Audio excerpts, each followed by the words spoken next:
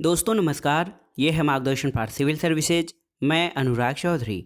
दोस्तों previous years papers revision के अंतर्गत आज की वीडियो में हम सॉल्व करेंगे गवर्नमेंट इंटर कॉलेज प्रवक्ता यानी जीआईसी प्रवक्ता परीक्षा 2017 का इतिहास का प्रश्न पत्र, जिसमें हम कुल 120 प्रश्नों को सॉल्व करेंगे। दोस्तों नए पैटर्न के अनुसार अब जीआईसी प्रारंभिक परीक्षा में 120 प्रश्न होंगे, जिसमें सामान्य अध्ययन के 40 और आपके वैकल्पिक विषय से कुल 80 प्रश्न पूछे जाएंगे। इसलिए अब आप इसी यानी नए पैटर्न को ध्यान में रखकर अपनी तैयारी कीजिएगा। तो आइए सॉल्व करते हैं जीआईसी प्रवक्ता परीक्षा इतिहास का वर्ष 2017 का प्रश्न पत्र। दोस्तों वर्ष 2017 के प्रवक्ता इतिहास का जो पहला प्रश्न है, देखिए गंगा घाटी की नरहन संस्कृति किससे संबंधित है, आपको बताना है। ऑप्शन है मध्य पाषाणिक, नवपाषाणिक, ताम्रपाषाणिक या प्रारंभिक ऐतिहासिक से। तो सही उत्तर है दोस्तों, गंगा घाटी की नरहन संस्कृति ताम्रपाषाणिक संस्कृति से संबंधित है।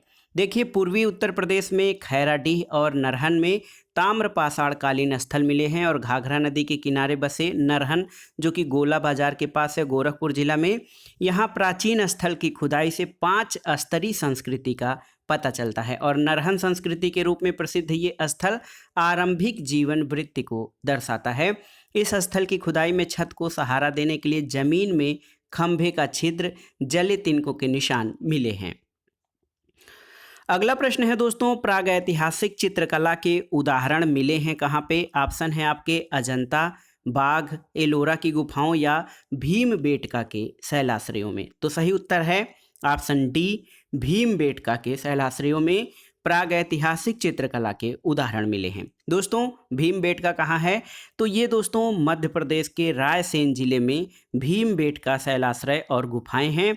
भीमबेटका या भीमबेटका की प्रागैतिहासिक चित्रकला को मध्य पाषाण काल से जोड़ा जाता है। दोस्तों अजंता और बाघ की जो शैलकृत गुफा चित्रकला है, ये ऐतिहासिक कालीन मौर्य काल के बाद की है और अमरावती जो है ये अपने स्तूप स्थापत्य के लिए प्रसिद्ध है, जिसे शुंग कालीन या सातवाहन कालीन माना जाता है। तीसरा प्रश्न है दोस्तों, अग्नि पूजा के साक्ष्य हड़प्पा संस्कृति के किस स्थल से मिले हैं, आपको बताना है। ऑप्शन देखिए कालीबंगा, राखीगढ़ी, हड़प्पा और रंगपुर। तो सही उत्तर है ऑप्शन ए, कालीबंगा। दोस्तों लोथल और कालीबंगा ये 2 स्थल हैं, यहाँ से यज्ञकुंड अथवा यज्ञ वेदिका के प्रमाण मिलते हैं। अगला प्रश्न है, हड़प्पन स्तर से पकी ईंटों का पैमाना प्रतिवेदित है। देखिए लोथल, कालीबंगा, धौलावीरा या फिर सुरकोतजा से कहाँ से। तो सही उत्तर है दोस्तों कालीबंगा में इंजीनियरिंग या प्रौद्योगिकी व्यवसाय से संबंधित बहुत सी वस्तुएं पाई गई हैं। ऑप्शन बी आपका सही उत्तर है। इसमें कच्ची टेराकोटा लैब पैमाना, रेत घड़ी, स्पुहुल और अन्य मापक मिले हैं। तो हड़प्पा स्तर से पक्की जो है पकी मिट्टी का पैमाना कालीबंगा से मिला है। अगला प्रश्न देखते हैं दोस्तों, रेखीय मापन के लिए हाथी दांत का पैमाना कहाँ से प्राप्त हुआ है। ऑप्शन देखिए लोथल, कालीबंगा, धौलावीरा या सुरकोतजा। तो सही उत्तर है दोस्तों ऑप्शन ए, लोथल से। दोस्तों हड़प्पा सभ्यता भारत की प्राचीन सभ्यता थी और हड़प्पाई संदर्भ में हाथी दांत का पैमाना लोथल से मिला है। लोथल गुजरात में स्थित है।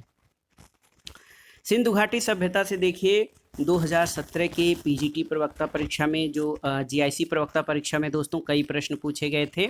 अगला प्रश्न है, सिंधु सभ्यता से संबंधित पुरास्थलों में कौन उत्तर प्रदेश में स्थित है, आपको बताना है। देखिए लोथल, आलमगीरपुर, रोपण या राखीगढ़ी। तो सही उत्तर है आलमगीरपुर, जो है मेरठ जिले के हिंडन नदी में, हिंडन नदी के तट पर स्थित है। अगला प्रश्न है दोस्तों, हड़प्पा संस्कृति के किस स्थल से घोड़े की हड्डियां मिली हैं। तो उत्तर है दोस्तों सुरकोटदा। सुरकोटदा गुजरात के कच्छ जिले में स्थित महत्वपूर्ण हड़प्पा स्थल है। यहाँ से घोड़े के अस्थि अवशेष प्राप्त हुए हैं, लेकिन सामान्य रूप से हड़प्पा संस्कृति में घोड़े के अस्तित्व को स्वीकार नहीं किया जाता है। अगला प्रश्न देखते हैं दोस्तों, देखिए निम्नलिखित में से किसकी पूजा हड़प्पा संस्कृति में नहीं होती थी। आद्य रूप शिव, मातृदेवी, पीपल और विष्णु। तो सही उत्तर है दोस्तों विष्णु। हड़प्पा संस्कृति में दोस्तों जो है इसमें धार्मिक विचारधारा में मातृदेवी, पुरुष देवता आद्य रूप शिव, लिंग योनि, वृक्ष प्रतीक यानी पीपल और पशु आदि की पूजा होती थी, लेकिन विष्णु जो हैं वैदिक कालीन देवता थे और इनकी पूजा हड़प्पा कालीन स्थल या हड़प्पा संस्कृति में इनकी पूजा के साक्ष्य यानी विष्णु के पूजा के साक्ष्य नहीं मिलते हैं। अगला प्रश्न है सूची 1 का सूची 2 से सुमेलन करना है और दिए गए कूट के आधार पर सही उत्तर का चयन करना है। देखिए पहली सूची ऋग्वेद। ऋग्वेद आपको बताना है। देखिए दोस्तों ऋग्वेद, तो आप देखिए ऋग्वेद किससे संबंधित है। ऋग्वेद का संबंधित जो ब्राह्मण ग्रंथ है वो कौन सा है, तो ऋग्वेद का ऐतरेय ब्राह्मण है, 1 का 3 हो जाएगा। सामवेद का याद रखिए पंचविश ब्राह्मण है। यजुर्वेद का आपका शतपथ ब्राह्मण है, ये आप जानते हैं। और अथर्ववेद का गोपथ ब्राह्मण है। तो सही उत्तर हो जाएगा देखिए ऑप्शन सी आपका सही उत्तर हो जाएगा। 3, 4, 2 और 1। अगला प्रश्न है दोस्तों ऋग्वेद में किस नदी को अम्बितमे, नदीतमे और देवीतमे कहा गया है, आपको बताना है। तो सही उत्तर है दोस्तों सरस्वती नदी को ऋग्वेद में सर्वाधिक पवित्र और सम्मानित नदी माना जाता है और इसी को माते तमा, देवी तमा और नदी तमा कहा गया है। अगला प्रश्न है निम्नलिखित में से किसे निरुक्त का प्रणेता कहा गया है। ऑप्शन देखिए बादरायण, यास्क, पतंजलि या फिर पाणिनि। तो सही उत्तर है दोस्तों यास्क। देखिए ऋग्वेद, यजुर्वेद, सामवेद और अथर्ववेद वैदिक काल में रचे गए 4 प्रमुख ग्रंथ हैं। इन वेदों के 6 अंग बताए गए हैं, शिक्षा, कल्प, निरुक्त, व्याकरण, छंद और ज्योतिष। निरुक्त के प्रणेता जो हैं यास्क हैं। तो याद रखिए जो वेदों के 6 अंग वेदांग हैं, शिक्षा, कल्प, निरुक्त, व्याकरण, छंद और ज्योतिष, इसमें निरुक्त के प्रतिपादक या प्रणेता यास्क को माना जाता है। अगला प्रश्न एक बुक है दोस्तों, the story of the integration of the Indian state पुस्तक के लेखक कौन है। ऑप्शन है आपके RC मजूमदार, के दत्ता, SR मेहरोत्रा या फिर VP मेनन। तो सही उत्तर है दोस्तों VP Menon. The story of the integration of the Indian state पुस्तक सरदार पटेल के विश्वास पात्र और सचिव VP मेनन द्वारा लिखी गई है। अगला प्रश्न है दोस्तों सबसे पहले किसने सुझाव दिया कि संस्कृत, लैटिन और ग्रीक एक ही भाषा परिवार से संबंधित हैं, आपको बताना है। तो ऑप्शन है Charles Wilkins, VA Smith, F Max Muller और सर विलियम जोन्स। तो सही उत्तर है दोस्तों sir William Jones, option D आपका सही उत्तर है। सबसे पहले सर विलियम जोन्स ने 1786 ईस्वी में अपने एक लेक्चर में सुझाव दिया कि संस्कृत, लैटिन और ग्रीक एक ही भाषा परिवार से साम्यता रखती हैं। अगला प्रश्न है दोस्तों यहाँ पर देखिए उत्तर वैदिक काल में पालागल से क्या तात्पर्य है, आपको बताना है। रथ सेना नायक, संदेशवाहक, ग्राम का मुखिया या फिर वित्त मंत्री। तो सही उत्तर है दोस्तों उत्तर वैदिक काल में पालागल जो होता था वो संदेशवाहक माना जाता था। और पालागल जो है ये उत्तर वैदिक काल में रत्नियों की सूची में सबसे अंतिम स्थान पर आता था। उसका नाम शतपथ ब्राह्मण में आया है। पालागल एक स्थान से दूसरे स्थान तक संदेश ले जाने का कार्य करता था। अगला प्रश्न है दोस्तों ऋग्वेद का नदी सूक्त किस मंडल में वर्णित है, आपको बताना है। ऑप्शन है प्रथम, तृतीय, खष्ट या दशम। तो सही उत्तर है ऋग्वेद का नदी सूक्त दोस्तों ये आपका 10वें मंडल में वर्णित है। और देखिए ऋग्वेद में कुल 10 मंडल और 1028 सूक्त हैं। 1017 सूक्त साकल में और 11 सूत्र बालखिल्य में हैं। ऋग्वेद के 2 से 7 तक के प्रथम मंडल जो हैं प्राचीन माने जाते हैं। और देखिए नदी सूक्त जो है इसमें 9 मंत्रों के द्वारा इस सुंदर सूक्त में गंगा, यमुना, सरस्वती, पंजाब की नदियों और उत्तर पश्चिम प्रांत की नदी कुभा, स्वात और गोमल आदि 19 नदियों के नाम हैं। अगला प्रश्न है दोस्तों सतलज नदी का प्राचीन नाम क्या था। तो सही उत्तर है शत्रुति। देखिए सतलज नदी का प्राचीन नाम शत्रुति था। अगला प्रश्न है कौशितकी ब्राह्मण किससे संबंधित है। ऑप्शन है आपके ऋग्वेद, सामवेद, यजुर्वेद या फिर अथर्ववेद। तो सही उत्तर है दोस्तों कौशितकी ब्राह्मण ऋग्वेद से संबंधित है। ब्राह्मण ग्रंथ यज्ञ और अनुष्ठान के विधि विधानों के संबंध में जानकारी प्रदान करते हैं। देखिए कौशितकी ब्राह्मण और ऐतरेय ब्राह्मण, ऋग्वेद से कौशितकी ब्राह्मण और ऐतरेय ब्राह्मण ये संबंधित हैं। इसके अलावा तांडय ब्राह्मण, पंचविश ब्राह्मण और जैमिनी ब्राह्मण सामवेद से, शतपथ ब्राह्मण आप जानते हैं यजुर्वेद से और गोपथ ब्राह्मण का संबंध अथर्ववेद से है। अगला प्रश्न है निम्नलिखित में से कौन उपनिषदों में उल्लिखित कैकेय जनपद का एक दार्शनिक राजा था, आपको बताना है। ऑप्शन है जाबाल, जमदाग्नि, श्रुतसेन या अश्वपति। तो सही उत्तर है ऑप्शन डी, अश्वपति। ऐतरेय ब्राह्मण में सबसे पहले राजा की उत्पत्ति का सिद्धांत मिलता है और अधिकारों की वृद्धि के फलस्वरूप अलग अलग दिशाओं में राजा के नाम अलग अलग होने लगे। देखिए, मध्य देश में वो राजा कहा जाता था, पूर्व में सम्राट, पश्चिम में स्वराट और उत्तर में विराट और दक्षिण में भोज कहा जाता था। और जो राजा चारों दिशाओं को जीत लेता था उसको एक राट कहा जाता था। अगला प्रश्न है दोस्तों, प्रथम जैन संगीत कहाँ हुई थी, आपको बताना है। तो सही उत्तर है प्रथम जैन संगीत पाटलिपुत्र में हुई थी। और पाटलिपुत्र में हुई प्रथम जैन संगीत में सबसे पहले जैन धर्म ग्रंथों का संकलन किया गया था। अगला प्रश्न है दोस्तों, बुद्ध का महापरिनिब्बाण मगध के किस शासक के काल की घटना थी? ऑप्शन है बिंबिसार, अजातशत्रु, उदयभद्र और अनिरुद्ध। तो सही उत्तर है दोस्तों बुद्ध का परिनिब्बाण या परिनिर्वाण जो है ये मगध के शासक अजातशत्रु के समय की घटना थी। महात्मा बुद्ध की मृत्यु 483 ईसा पूर्व में हुई थी और अजातशत्रु का शासनकाल जो है वो 492 से 460 ईसा पूर्व है। अगला प्रश्न है दोस्तों, चतुर्थ बौद्ध संगीत का आयोजन हुआ था किसके समय काल में? तो सही उत्तर है आपका कनिष्क के शासनकाल में। देखिए, प्रथम बौद्ध संगीत बुद्ध की मृत्यु के तत्काल बाद मगध प्रदेश में अजातशत्रु के शासनकाल में आयोजित हुई थी, राजगृह अथवा राजगीर में। दूसरी बौद्ध संगीत कालाशोक के शासनकाल में बुद्ध की मृत्यु के 100 वर्ष बाद वैशाली में। तृतीय बौद्ध संगीत अशोक के शासनकाल में पाटलिपुत्र में, मोगल पुत्र तिस इसके अध्यक्ष थे। और चतुर्थ बौद्ध संगीत कुषाण शासक कनिष्क के शासनकाल में कुंडल वन कश्मीर में संपन्न हुई थी। और चौथे बौद्ध संगीत की अध्यक्षता वसुमित्र और उपाध्यक्षता अश्वघोष ने की थी। अगला प्रश्न है दोस्तों, महासांघिक स्कूल का उदय कहाँ हुआ था, आपको बताना है।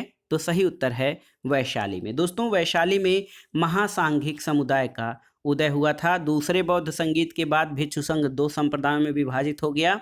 इसमें स्थिवर अथवा थेरवादी और परिवर्तन स्वीकार करने वाले को महासांघिक कहा गया था।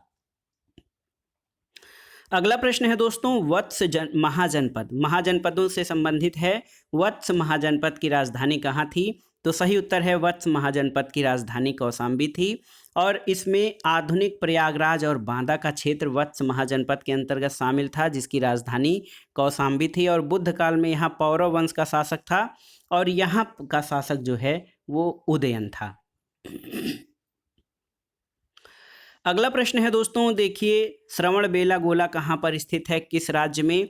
तो आपको बता दें श्रवणबेलागोला कर्नाटक राज्य में स्थित है। और अपने जीवन के अंतिम वर्षों में चंद्रगुप्त मौर्य ने जैन साधु भद्रबाहु से जैन धर्म की दीक्षा लेकर श्रवणबेलागोला जो कि मैसूर कर्नाटक में है वहाँ पे स्थित चंद्रगिरी पहाड़ी पर लगभग 298 ईसा पूर्व में जैन विधि यानी संलेखना पद्धति के द्वारा अपने शरीर का त्याग किया था। अगला प्रश्न है दोस्तों, मेगास्थनीज ने भारतीय समाज को 7 वर्गों में विभाजित किया था, जिसमें द्वितीय वर्ग क्या था? ऑप्शन है व्यापारी, योद्धा, कृषक या दार्शनिक एवं शिक्षक। तो सही उत्तर है दोस्तों मेगास्थनीज के 7 वर्गों में विभाजन का जो दूसरा वर्ग था वो था कृषक। ऑप्शन सी आपका सही उत्तर है।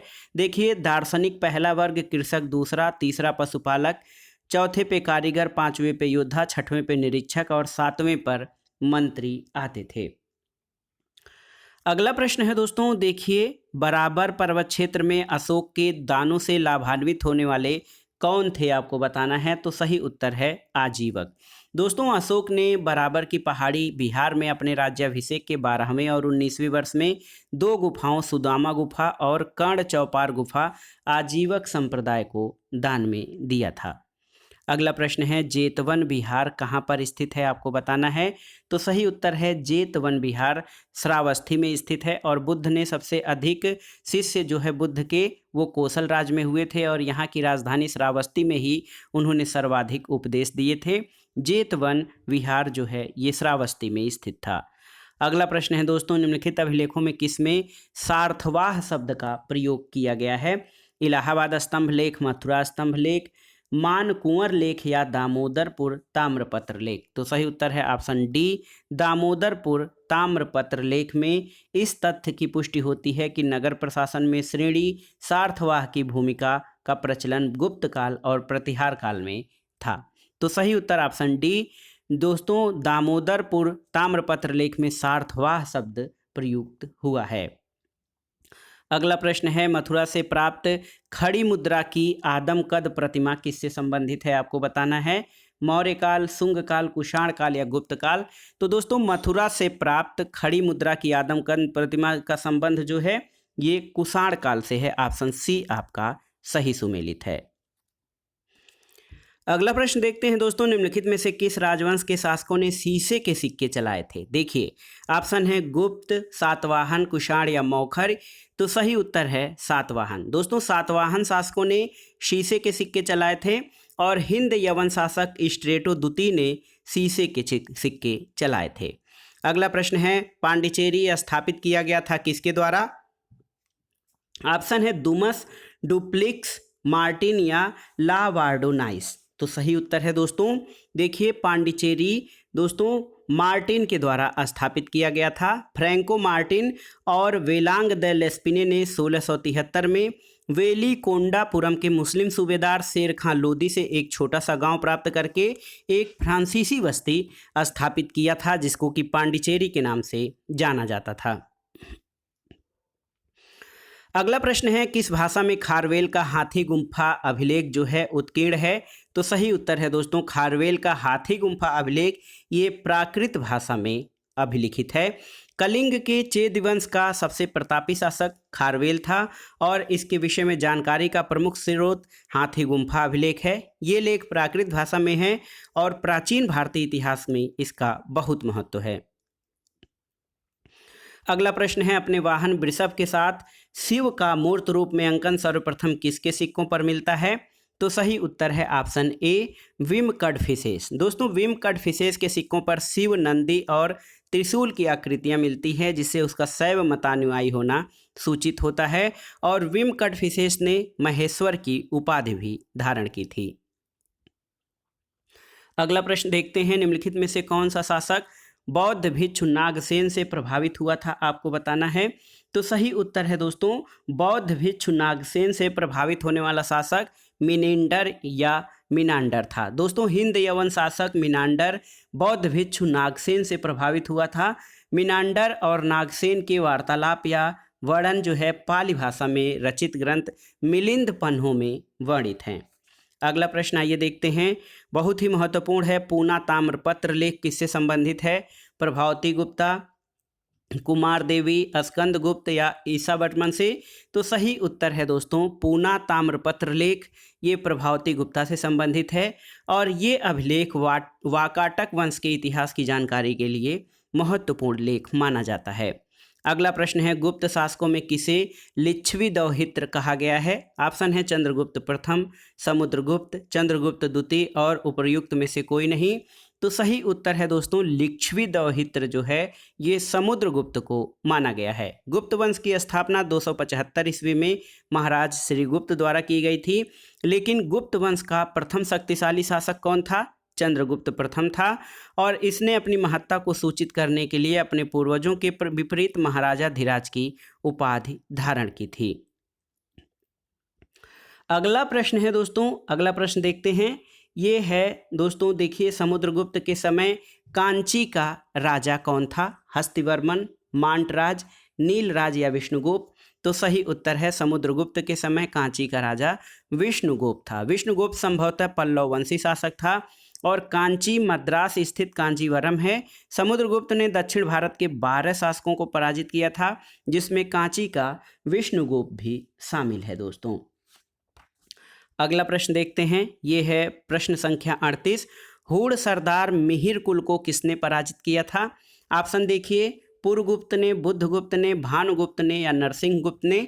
तो सही उत्तर है ऑप्शन डी, नरसिंहगुप्त ने। हूण शासक मिहिरकुल बहुत ही क्रूर और आतताई था। ह्वेनसांग के विवरण से पता चलता है कि उसने मगध के राजा बालादित्य पर आक्रमण किया, लेकिन पराजित हुआ और बंदी बना लिया गया था। ह्वेनसांग ने जिस बालादित्य का उल्लेख किया है उसके समीकरण के विषय में मतभेद है, संभवतः वह नरसिंहगुप्त बालादित्य ही है। अगला प्रश्न है, रूपक सिक्के प्रचलन में थे किसके शासनकाल में? तो सही उत्तर है दोस्तों, रूपक सिक्के गुप्तों के शासनकाल में प्रचलित थे। दोस्तों, रजत या चांदी के सिक्के जारी करने वाला प्रथम गुप्त शासक चंद्रगुप्त द्वितीय विक्रमादित्य था। इसके सिक्के को रूप्यक या रूपक कहा जाता था। अगला प्रश्न है दोस्तों, यहाँ पर देखिए, हर्ष के शासनकाल के समय वल्लभी का राजा कौन था, आपको बताना है। तो सही उत्तर है ध्रुवसेन द्वितीय। दोस्तों, वल्लभी का राज्य आधुनिक गुजरात प्रांत में स्थित था। वहाँ का राजा ध्रुवसेन द्वितीय जो है हर्ष का समकालीन था। अगला प्रश्न देखिए, ध्रुव धारावर्ष कहाँ का शासक था? ऑप्शन देखिए, चालुक्य वंश, चोल वंश, पल्लव वंश या राष्ट्रकूट वंश? तो सही उत्तर है ध्रुव धारावर्ष, ये राष्ट्रकूट वंश का शासक था। और ध्रुव धारावर्ष प्रथम राष्ट्रकूट शासक था जिसने कन्नौज पर अधिकार करने के लिए त्रिपक्षीय संघर्ष में भाग लिया था और प्रतिहार नरेश वत्सराज और पाल नरेश धर्मपाल को पराजित किया था। अगला प्रश्न है, किसने चोल वंश की स्थापना एक स्वतंत्र शक्ति के रूप में की थी? ऑप्शन है आदित्य प्रथम, करिकाल, परांतक प्रथम और या फिर विजयालय। तो सही उत्तर है दोस्तों विजयालय। ऑप्शन डी आपका सही उत्तर है। चोल वंश की स्थापना एक स्वतंत्र शक्ति के रूप में विजयालय ने की थी। पल्लवों और पांड्यों के निरंतर संघर्ष की स्थिति में पांड्यों की निर्बल स्थिति का लाभ उठाकर विजयालय ने तंजौर पर अधिकार कर लिया और लगभग 871 ईस्वी तक शासन किया था। अगला प्रश्न पल्लव रथ मंदिरों से संबंधित है। पूछा गया है कि पल्लव रथ मंदिर कहाँ पर स्थित हैं? कांचीपुरम, मदुरई, महाबलीपुरम या तंजौर में? तो सही उत्तर है महाबलीपुरम। दोस्तों, मामल्ल शैली जो है इसका विकास नरसिंह वर्मन प्रथम के महामल्ल के काल में हुआ था और इसके अंतर्गत 2 स्मारक बने, मंडप और एकात्मक मंदिर, जिनको रथ कहा गया। इस शैली में निर्मित सभी स्मारक मामल्लपुरम या महाबलीपुरम में विद्यमान हैं। मामल्ल शैली के रथ अपनी मूर्तिकला के लिए भी प्रसिद्ध हैं। दोस्तों देखिए, महाबलीपुरी में 7वीं शताब्दी में अर्जुन की तपस्या की एक विशाल एकात्मक मूर्ति है और ये मूर्ति 96 फीट के घेरे की है, जिसे गंगा अवतरण के नाम से जाना जाता है। तो सही उत्तर है पल्लव रथ मंदिर महाबलीपुरम में स्थित हैं। अगला प्रश्न है कि निम्नलिखित में से किस पल्लव शासक के कांची के कैलाशनाथ मंदिर का निर्माण करवाया था? तो ऑप्शन देखिए, परमेश्वर वर्मन, नरसिंह वर्मन द्वितीय, महेंद्र वर्मन प्रथम और ऊपर लिखित में से कोई नहीं। तो सही उत्तर है ऑप्शन बी, नरसिंह वर्मन द्वितीय ने दोस्तों कांची की कैलाशनाथ मंदिर का निर्माण करवाया था और कांची का कैलाशनाथ मंदिर राज सिंह शैली के चरम उत्कर्ष को व्यक्त करता है। अगला प्रश्न देखते हैं, निम्नलिखित में से किस शासक की उपाधि विचित्र चित्त थी? देखिए, बहुत ही महत्वपूर्ण है, किस शासक ने अपनी उपाधि विचित्र चित्त रखी थी? तो उत्तर है महेंद्र वर्मन प्रथम। दोस्तों, महेंद्र वर्मन प्रथम ने विचित्र चित्त, मत्त विलास और गुणभर जैसी उपाधियां धारण की थी। अगला प्रश्न है, देखिए, विजय राजेंद्र की उपाधि किस चोल शासक ने धारण की थी? तो सही उत्तर है राजाधिराज प्रथम। दोस्तों, राजाधिराज प्रथम ने जो है चालुक्यों पर विजय के उपरांत उसकी राजधानी कल्याणी को लूटा और वहां अपना वीराभिषेक किया और विजय राजेंद्र की उपाधि धारण किया। कल्याणी से वह निशानी के रूप में द्वारपालक की एक सुंदर प्रतिमा भी उठा लाया था। अगला प्रश्न है दोस्तों, वाक्पति मुंज और सिंधुराज के दरबारी कवि पद्मगुप्त रचनाकार थे किसके? ऑप्शन देखिए, पृथ्वीराज रासो, पिंगल सूत्र, नव सहसांक चरित्र या प्रबंध चिंतामणि? तो सही उत्तर है नव सहसांक चरित, वाक्पति मुंज और सिंधुराज के दरबारी कवि पद्मगुप्त की रचना है। अगला प्रश्न है, विक्रमांक देवचरित का लेखक कौन था? बहुत ही आसान सा प्रश्न है। विक्रमांक देवचरित्र बिल्हड़ की कृति है और कल्हड़ की कृति राज तरंगड़ी है। प्रबोध चंद्रोदय की रचना हुई थी किस शासनकाल में? तो उत्तर है दोस्तों, प्रबोध चंद्रोदय की रचना चंदेल शासकों के राज्यकाल में हुई थी। ये एक संस्कृत नाटक है और इसके रचयिता कृष्ण मिश्र हैं। इसकी रचना चंदेल शासकों के शासनकाल में हुई थी। अगला प्रश्न है काव्य मीमांसा के लेखक राजशेखर किसके दरबारी कवि थे, आपको बताना है। तो सही उत्तर है दोस्तों राजशेखर महेंद्र पाल प्रथम के दरबारी कवि थे।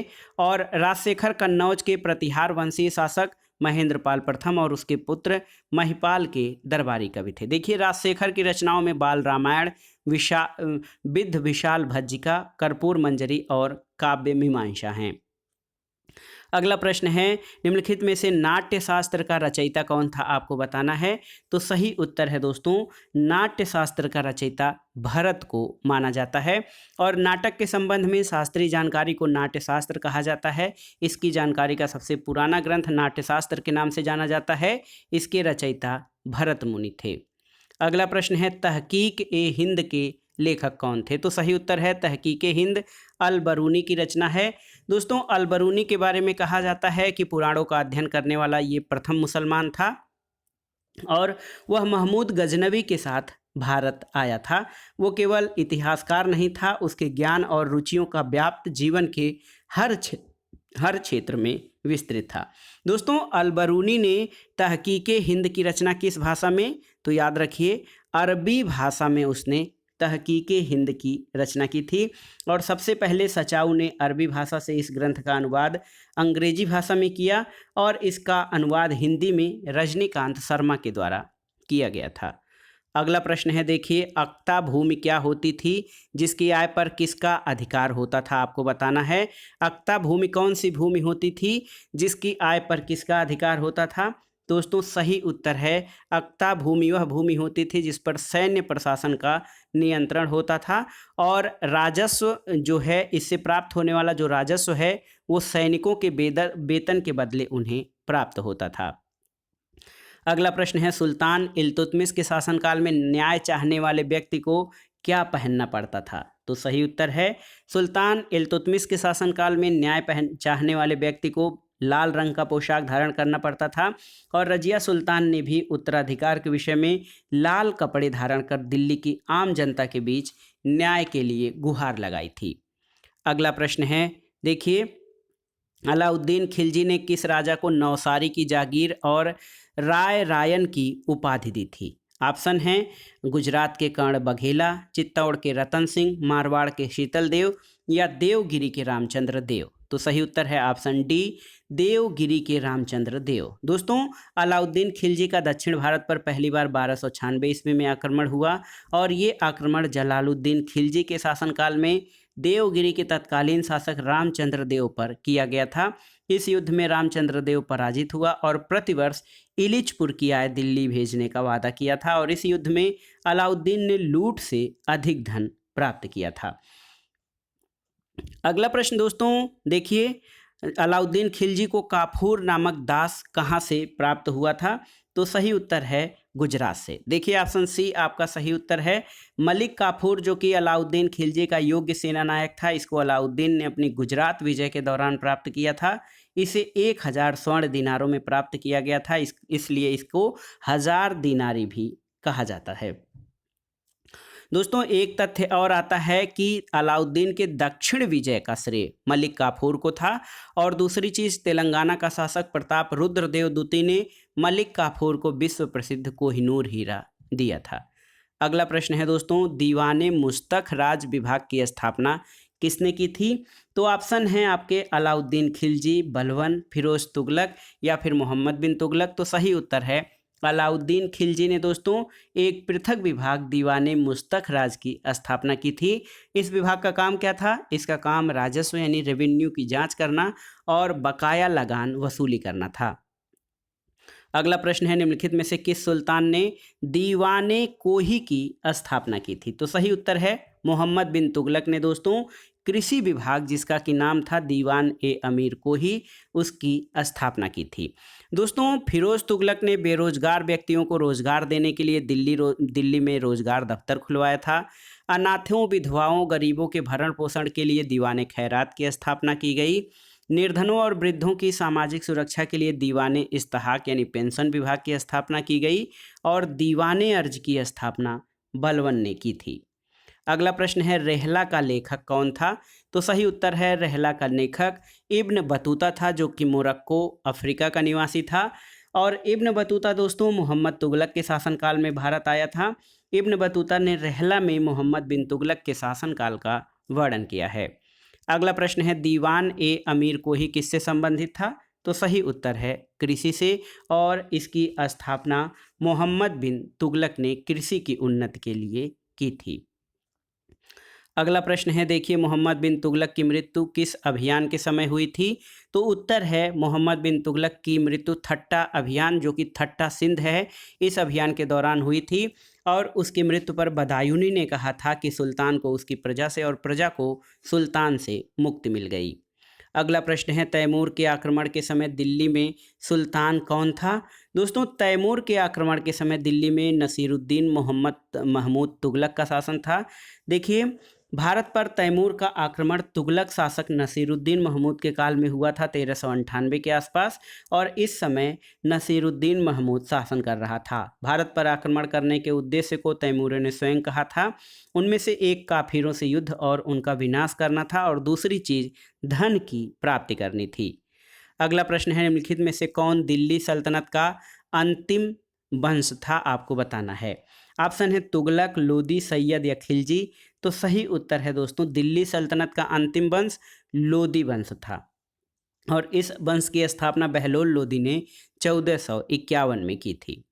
अगला प्रश्न है दोस्तों एक लोदी सुल्तान जो सिंहासन पर न बैठकर कालीन पर बैठा करता था वो कौन था? ऑप्शन है बहलोल लोदी, सिकंदर लोदी, इब्राहिम लोदी या उपरोल्लिखित में से कोई नहीं।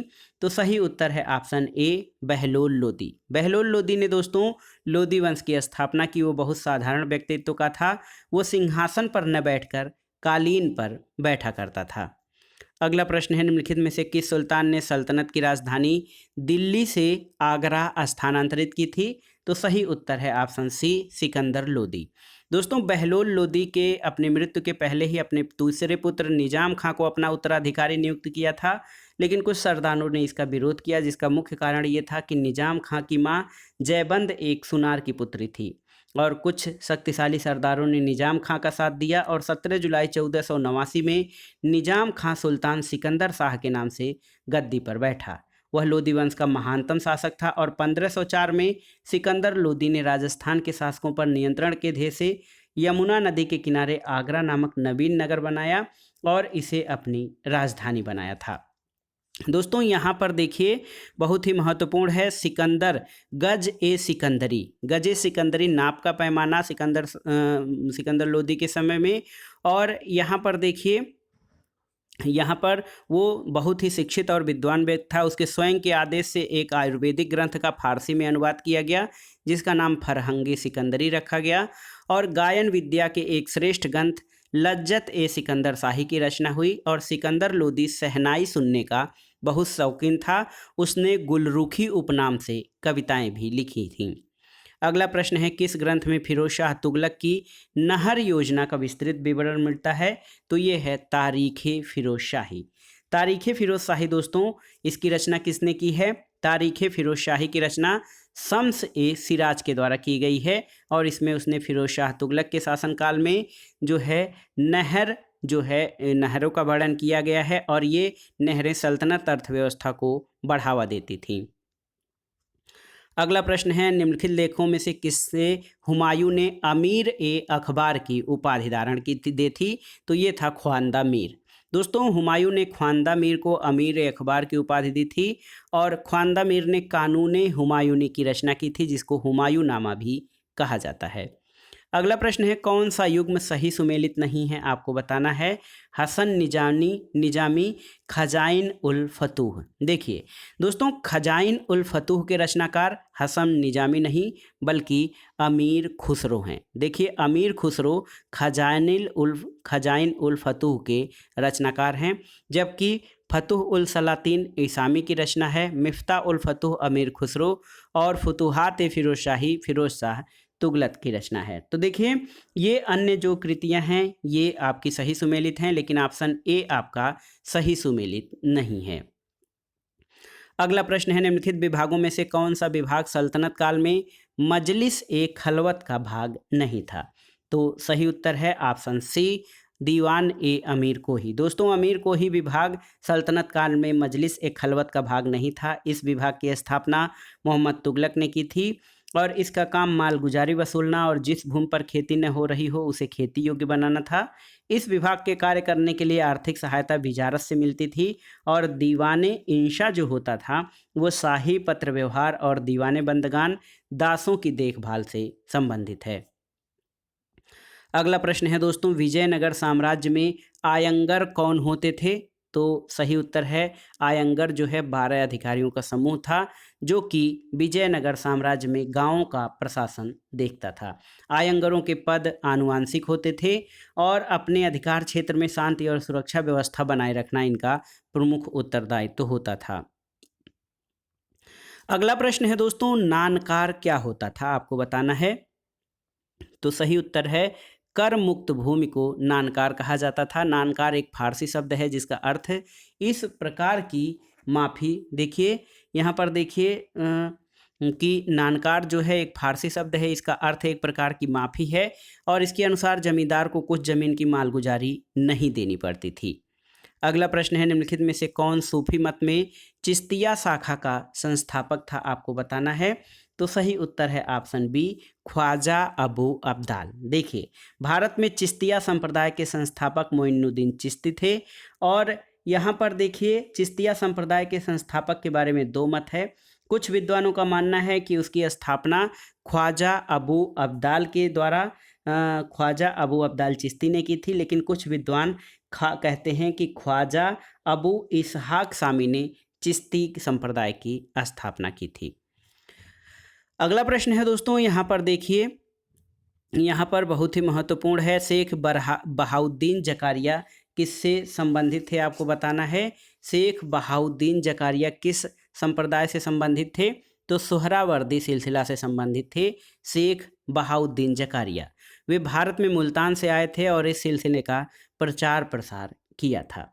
दोस्तों, इल्तुतमिश ने शेख बहाउद्दीन जकारिया को शेख उल इस्लाम की उपाधि दी थी और इसके बाद इनके बेटे सदरुद्दीन उत्तराधिकारी हुए। इन्होंने बलवन के बेटे मुहम्मद की पत्नी से विवाह किया था। अगला प्रश्न है, खानजादा बेगम किसकी बहन थी? तो सही उत्तर है दोस्तों, खानजादा बेगम बाबर की बहन थी और ये तैमूर राजकुमारी थी। वो उमर शेख मिर्जा की बड़ी पुत्री थी और बाबर की बड़ी बहन थी। अगला प्रश्न है, बाबर की माता कौन थी?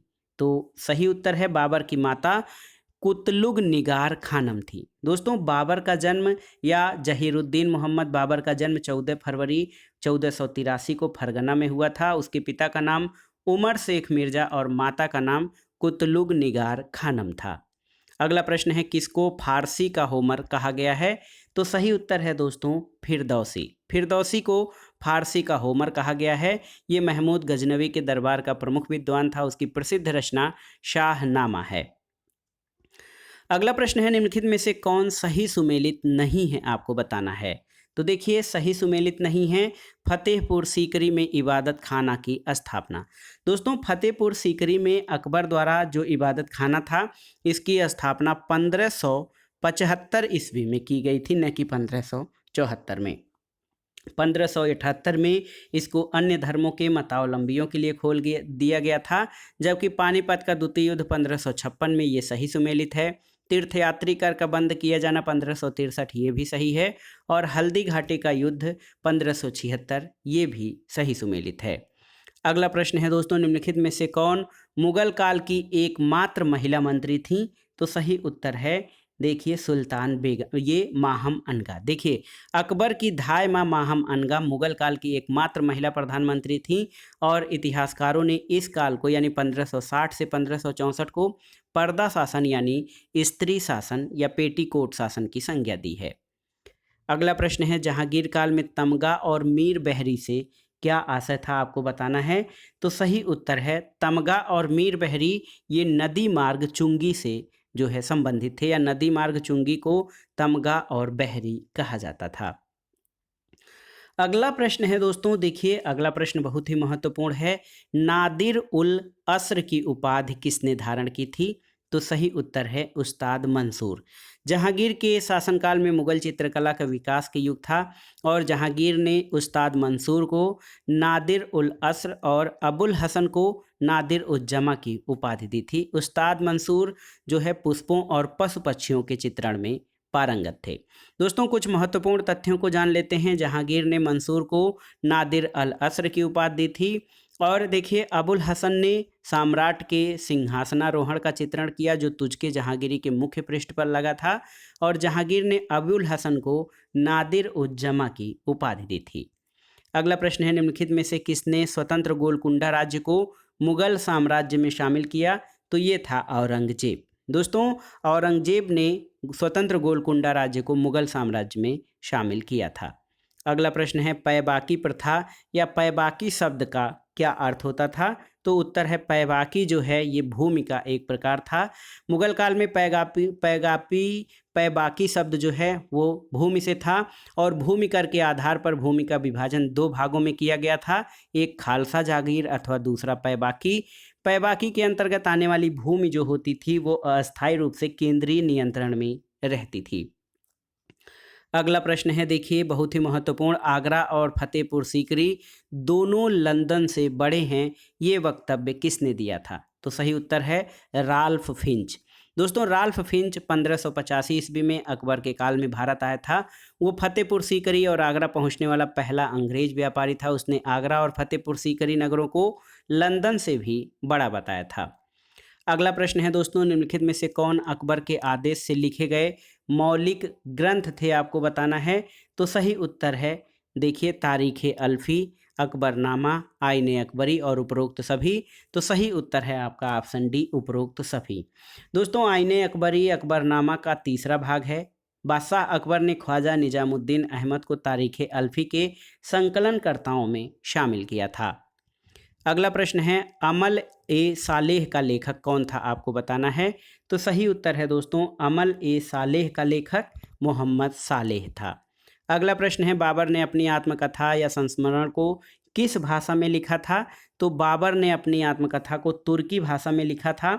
बाबरनामा अथवा तुझके बाबरी मुगल सम्राट बाबर की चगताई तुर्की भाषा में लिखी हुई आत्मकथा है। अगला प्रश्न है दोस्तों पादशाहनामा के लेखक कौन थे? आपको बताना है। तो सही उत्तर है दोस्तों पादशाहनामा मोहम्मद अमीन कज़वीनी की रचना है। शाहजहां ने सर्वप्रथम अपने शासनकाल के 8वें वर्ष में मोहम्मद अमीन कज़वीनी को अपने शासनकाल के इतिहास लिखने का आदेश दिया था और कज़वीनी को 2 वर्ष के पश्चात शाहजहां ने इतिहास लिखने से रोक दिया और उस कार्य को करने के लिए अब्दुल हमीद लाहौरी को नियुक्त किया था। दोस्तों अब्दुल हमीद लाहौरी ने भी अपने ग्रंथ का नाम पादशाहनामा ही रखा था। तीसरे पादशाहनामा की रचना मोहम्मद वारिस ने की है। तो देखिए 3 पादशाहनामा लिखा गया था। पहला मोहम्मद अमीन कज़वीनी, दूसरा अब्दुल हमीद लाहौरी और तीसरा मोहम्मद वारिस ने लिखा था। अगला प्रश्न है दोस्तों रोहतासगढ़ दुर्ग का निर्माण हुआ था? तो शेरशाह के शासनकाल में। दोस्तों रोहतासगढ़ किले का निर्माण शेरशाह के शासनकाल में हुआ था। अगला प्रश्न है कि मराठा प्रशासन में गांव का लेखपाल क्या कहा जाता था? देसाई, कुलकर्णी, सिलेदार या पटेल? तो सही उत्तर है कुलकर्णी। मराठा प्रशासन में कुलकर्णी गांव की भूमि का लेखा जोखा रखता था जिसको कि लेखपाल भी कहा जाता था, जबकि पटेल जो था वो ग्राम का मुखिया या मुख्य अधिकारी होता था और कर संबंधी न्यायिक और अन्य प्रशासनिक कार्यों को करता था। अगला प्रश्न है द्वितीय आंग्ल मैसूर युद्ध की समाप्ति कब हुई थी? तो सही उत्तर है मंगलौर की संधि। मंगलौर की संधि कब हुई थी? 1784 ईस्वी में। दोस्तों 1784 ईस्वी में मंगलौर की संधि के साथ ही द्वितीय आंग्ल मैसूर युद्ध का समाप्त हुआ था और द्वितीय आंग्ल मैसूर युद्ध के समय जो है गवर्नर जनरल वारेन हेस्टिंग्स था। अगला प्रश्न है राजा रणजीत सिंह ने विश्व प्रसिद्ध कोहिनूर हीरा किससे प्राप्त किया था? तो सही उत्तर है शाह शुजा से। दोस्तों 1800 ईस्वी में अहमद शाह अब्दाली का पौत्र शाह शुजा काबुल की गद्दी पर बैठा, लेकिन उसके भाई शाह महमूद ने शक्तिशाली बरकजई जहां सरदारों फतेह खां और दोस्त मोहम्मद की सहायता से 1809 में विस्थापित कर दिया। स्वयं कश्मीर और पेशावर पर उसने अधिकार कर लिया था। इसी अवसर पर शाह शुजा ने काबुल का राज्य प्राप्त करने के लिए रणजीत सिंह से सहायता मांगी और उसे कोहिनूर यानी कोह ए नूर हीरा भेंट किया था। अगला प्रश्न है 1857 के विद्रोहों को नेता जिन्हें पकड़ा गया और फांसी पर चढ़ा दिया गया वो कौन थे? देखिए, तात्या टोपे, नाना साहब, रानी लक्ष्मीबाई और कुंवर सिंह। तो सही उत्तर है तात्या टोपे। दोस्तों, तात्या टोपे को उनके एक विश्वसनीय मित्र मान सिंह ने उन्हें धोखा देकर उस समय पकड़वा दिया जब वे पारों के जंगलों में अपने कैंप में शयन कर रहे थे। वहां से पकड़कर उन्हें शिवपुरी लाया गया और सैनिक अदालत में 18 अप्रैल 1859 को फांसी की सजा दे दी गई थी। अगला प्रश्न है, देखिए, आधुनिक भारत से संबंधित है। मद्रास हिंदू एसोसिएशन के संस्थापक कौन थे दोस्तों? तो सही उत्तर है एनी बेसेंट। यहाँ पर देखिए, कंफर्म करते हैं, मद्रास हिंदू एसोसिएशन नाम की दो संस्थाएं हैं। पहला Madras Hindu social reform association, जिसकी स्थापना वीरेश लिंगम पुंतलू ने 1892 में की थी। ये एक सामाजिक शुद्धता आंदोलन था। जबकि दूसरा मद्रास हिंदू एसोसिएशन या मद्रास हिंदू संघ, इसकी स्थापना एनी बेसेंट द्वारा 1904 ईस्वी में की गई थी। अगला प्रश्न है, बंगाल में धर्म सभा का संस्थापक कौन था? आपको बताना है। तो सही उत्तर है राधाकांत देव। दोस्तों, बंगाल में धर्म सभा के संस्थापक राधाकांत देव थे। अगला प्रश्न है दोस्तों, भारतीय सांस्कृतिक पुनर्जागरण की मुख्य विशेषता क्या थी? तो सही उत्तर है दार्शनिक विचारधारा का विकास। भारतीय सांस्कृतिक पुनर्जागरण में दार्शनिक विचारधारा का विकास हुआ और कुल मिलाकर 19वीं शताब्दी के जो धार्मिक सामाजिक सुधार आंदोलन थे, आधुनिक भारत में विशेष महत्वपूर्ण हैं। इसने बुद्धिजीवियों और मध्यम वर्ग को सबसे अधिक प्रभावित किया और व्यक्ति ने अपनी सोच को तार्किकता के आधार पर जो है दार्शनिक विचारधारा का विकास किया। अगला प्रश्न है, किसमें थियोसॉफिकल सोसाइटी के मुख्यालय की स्थापना की गई थी? तो सही उत्तर है दोस्तों, थियोसॉफिकल सोसाइटी का मुख्यालय अड्डयार, मतलब अड्डयार में, मद्रास के पास अड्डयार में स्थापित किया गया था। और थियोसॉफिकल सोसाइटी की स्थापना रूसी महिला मैडम एचपी ब्लावर्ट्स्की, अमेरिकी सैनिक अधिकारी कर्नल अलकाट, विलियम क्वान जज और अन्य के द्वारा 1875 में न्यूयॉर्क में की गई थी। अगला प्रश्न है दोस्तों, हंटर कमीशन में किसके विकास पर विशेष बल दिया गया? तो सही उत्तर है प्राथमिक शिक्षा पर। 1854 के पश्चात शिक्षा के क्षेत्र में हुई प्रगति की समीक्षा के लिए 1882 में डब्ल्यू हंटर की अध्यक्षता में एक आयोग स्थापित किया गया था, जिसका कार्य जो था विश्वविद्यालयों के कार्यों की समीक्षा करना नहीं बल्कि प्राथमिक और माध्यमिक शिक्षा की समीक्षा तक ही सीमित था। अगला प्रश्न है, 1881 का प्रथम फैक्ट्री अधिनियम किससे संबंधित था? आपको बताना है। तो सही उत्तर है ऑप्शन ए, बाल मजदूर। दोस्तों, प्रथम कारखाना अधिनियम 1881 में लॉर्ड रिपन के शासनकाल में लाया गया। इसका उद्देश्य बाल श्रमिकों का संरक्षण करना था और उनके स्वास्थ्य की व्यवस्था करना था। अगला प्रश्न है, देखिए, प्राचीन स्मारक परिरक्षण अधिनियम किस वायसराय के काल में पारित हुआ था? तो सही उत्तर है लॉर्ड कर्जन। देखिए, प्राचीन स्मारक संरक्षण अधिनियम 1904 के द्वारा लॉर्ड कर्जन ने भारत में पहली बार ऐतिहासिक इमारतों की सुरक्षा और मरम्मत को ध्यान में रखते हुए 50,000 पाउंड की धनराशि का आवंटन किया और इस कार्य को करने के लिए जॉन मार्शल को नया महानिदेशक नियुक्त किया गया था। अगला प्रश्न है दोस्तों, इंडियन नेशनल कांग्रेस यानी भारतीय राष्ट्रीय कांग्रेस की प्रथम महिला अध्यक्ष कौन थी? तो सही उत्तर है Annie Besant. Shrimati Annie Besant Indian national Congress की प्रथम महिला अध्यक्ष थीं।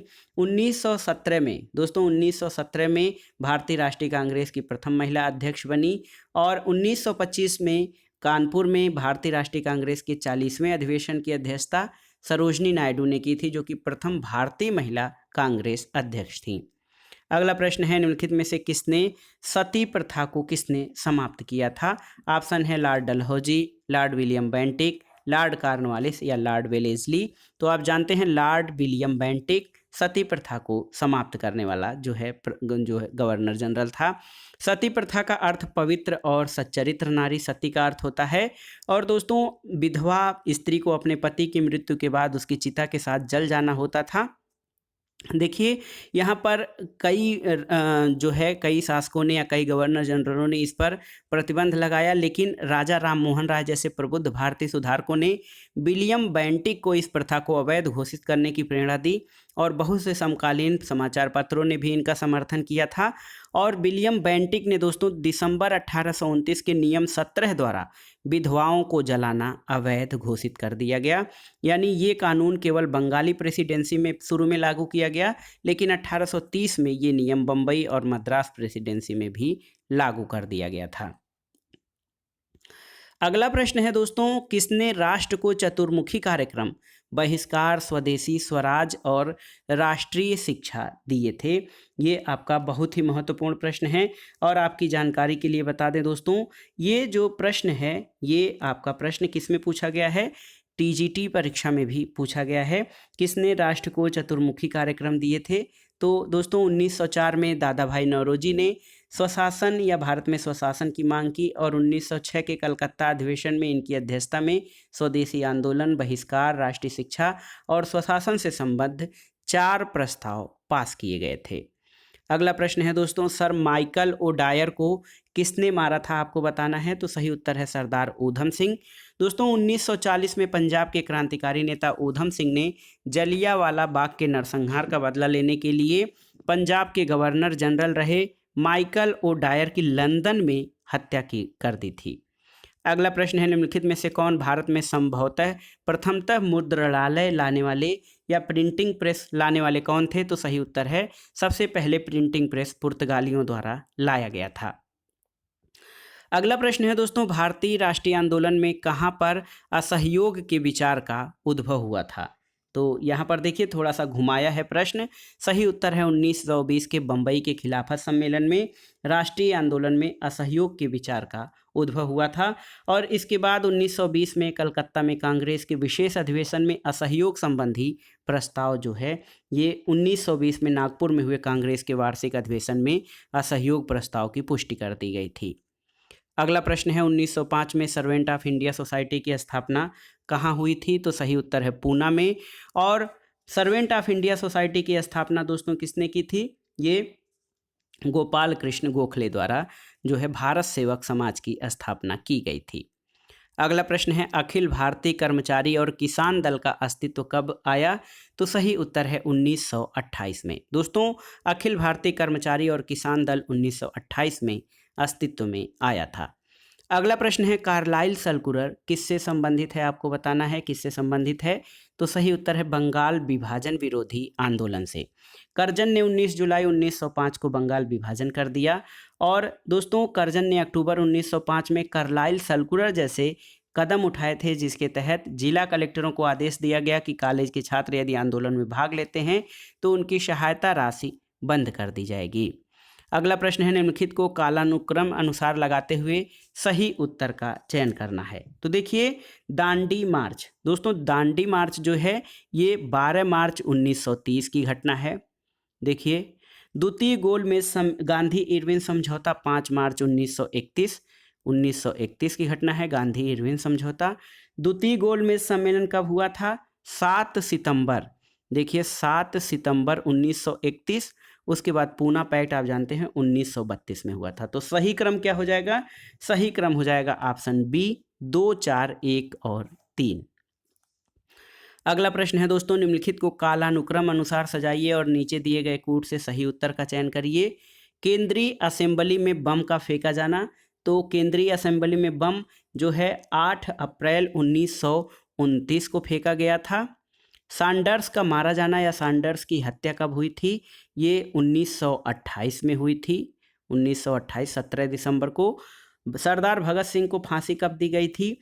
तो 23 मार्च 1931 को। 1931 में भगत सिंह को फांसी दी गई थी। और चंद्रशेखर आज़ाद की मृत्यु कब हुई थी? 27 फरवरी 1931 को।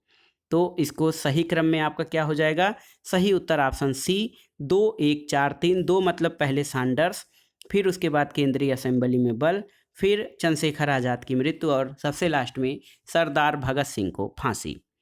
अगला प्रश्न है, देखिए बंगाल विभाजन के दिन को राखी दिवस के रूप में मनाने का आह्वान किसने किया था? तो सही उत्तर है रविन्द्रनाथ टैगोर ने। दोस्तों कर्जन ने 20 जुलाई 1905 को बंगाल का विभाजन किया और ये 16 अक्टूबर 1905 से प्रभावी हुआ था। बंगाल में इस दिन पूरे बंगाल में इस दिन को शोक दिवस के रूप में मनाया गया था और रविन्द्रनाथ टैगोर ने विभाजन के दिन संपूर्ण बंगाल में राखी दिवस के रूप में मनाने का सुझाव दिया था। अगला प्रश्न है, दांडी कहाँ पर स्थित है? आपको बताना है दांडी मार्च में दांडी कहाँ पर स्थित है? तो ये नवसारी जिला में स्थित है और महात्मा गांधी ने 12 मार्च 1930 को साबरमती के 78 सहयोगियों के साथ पैदल चलकर 24 दिनों में लगभग 390 किलोमीटर की यात्रा की थी और नमक कानून को भंग किया था। अगला प्रश्न है, किस घटना के बाद रविन्द्रनाथ टैगोर ने नाइटहुड की उपाधि वापस कर दी थी? तो सही उत्तर है दोस्तों जलियांवाला बाग हत्याकांड। जलियांवाला बाग हत्याकांड एक नृशंस हत्याकांड था। इसके बाद रविन्द्रनाथ टैगोर ने अपने नाइटहुड की उपाधि वापस कर दी थी। अगला प्रश्न है, खुदाई खिदमतगारों का नेता कौन था? तो उत्तर है खुदाई खिदमतगारों का नेता दोस्तों ये खान अब्दुल गफ्फार खां थे। इनको सीमांत गांधी और लाल कुर्ती आंदोलन के नाम से भी जाना जाता है। अगला प्रश्न है दोस्तों, देखिए आज़ाद हिंद फौज का प्रथम सेनापति या फर्स्ट कमांडर कौन था? तो सही उत्तर है कैप्टन मोहन सिंह। आज़ाद हिंद फौज का गठन 1942 में कैप्टन मोहन सिंह ने किया था जब वो ब्रिटेन की भारतीय सेना में अफसर थे। कैप्टन मोहन सिंह जो है दोस्तों आज़ाद हिंद फौज के प्रथम सेनापति थे। अगला प्रश्न है, 15 अगस्त 1947 को भारतीय राष्ट्रीय कांग्रेस का अध्यक्ष कौन था? तो ये बहुत ही महत्वपूर्ण प्रश्न है दोस्तों। सही उत्तर है जेबी कृपलानी। तो आचार्य जेबी कृपलानी भारतीय राष्ट्रीय कांग्रेस के अध्यक्ष थे जब भारत स्वतंत्र हुआ था और 23 नवंबर 1946 के मेरठ अधिवेशन में अध्यक्ष बने और नवंबर 1947 तक अध्यक्ष बने रहे। तो इस प्रकार जेबी कृपलानी स्वतंत्रता के समय भारतीय राष्ट्रीय कांग्रेस के अध्यक्ष थे। अगला प्रश्न है दोस्तों, कौन जो है बॉम्बे क्रॉनिकल का प्रकाशक था? देखिए बेंजामिन गाई हार्निमैन, C.F. एंड्रूज, फिरोज शाह मेहता या M.G. रानाडे। तो सही उत्तर है फिरोज शाह मेहता बॉम्बे क्रॉनिकल का प्रकाशन किए थे 1912 में। अगला प्रश्न है दोस्तों, अनहैप्पी इंडिया पुस्तक के लेखक कौन है? आपको बताना है। तो आप जानते हैं अनहैप्पी इंडिया लाला लाजपत राय की कृति है। अगला प्रश्न है, समाचार पत्र इंडियन मिरर के संपादक कौन थे? आपको बताना है। तो दोस्तों इंडियन मिरर जो है कलकत्ता के मनमोहन घोष और देवेंद्रनाथ टैगोर द्वारा प्रकाशित किया गया था और इंडियन मिरर के संपादक N.N. सेन यानी दोस्तों नरेंद्र नाथ सेन थे। सही उत्तर ऑप्शन डी हो जाएगा। इस वीडियो का आखिरी प्रश्न यानी दोस्तों जो GIC प्रवक्ता परीक्षा इतिहास का वर्ष 2017 का प्रश्न पत्र है, इसका आखिरी प्रश्न था, एक पुस्तक है at the feet of Mahatma Gandhi. इस पुस्तक के लेखक कौन थे? तो सही उत्तर है डॉक्टर राजेंद्र प्रसाद। दोस्तों भारत के प्रथम राष्ट्रपति डॉक्टर राजेंद्र प्रसाद गांधीवादी विचारों से और गांधी जी से बहुत अधिक प्रभावित थे। उनकी पुस्तक है at the feet of Mahatma Gandhi यानी गांधी जी के चरणों में। तो दोस्तों ये था आज का वीडियो। इसमें आपने प्रीवियस ईयर्स पेपर्स रिवीजन के अंतर्गत GIC प्रवक्ता परीक्षा 2017 के इतिहास के परीक्षा प्रश्न पत्र को सॉल्व किया, जो आपके आगामी परीक्षाओं के लिए भी बहुत ही उपयोगी तथा महत्वपूर्ण है। आप इस वीडियो को या इन प्रश्नों को तैयार कर लीजिएगा। वीडियो आपको कैसा लगा हमें कमेंट बॉक्स में ज़रूर बताइएगा। वीडियो को लाइक करें, शेयर करें और इस चैनल मार्गदर्शन फॉर सिविल सर्विसेज को सब्सक्राइब करें। वीडियो देखने के लिए धन्यवाद दोस्तों। नमस्कार।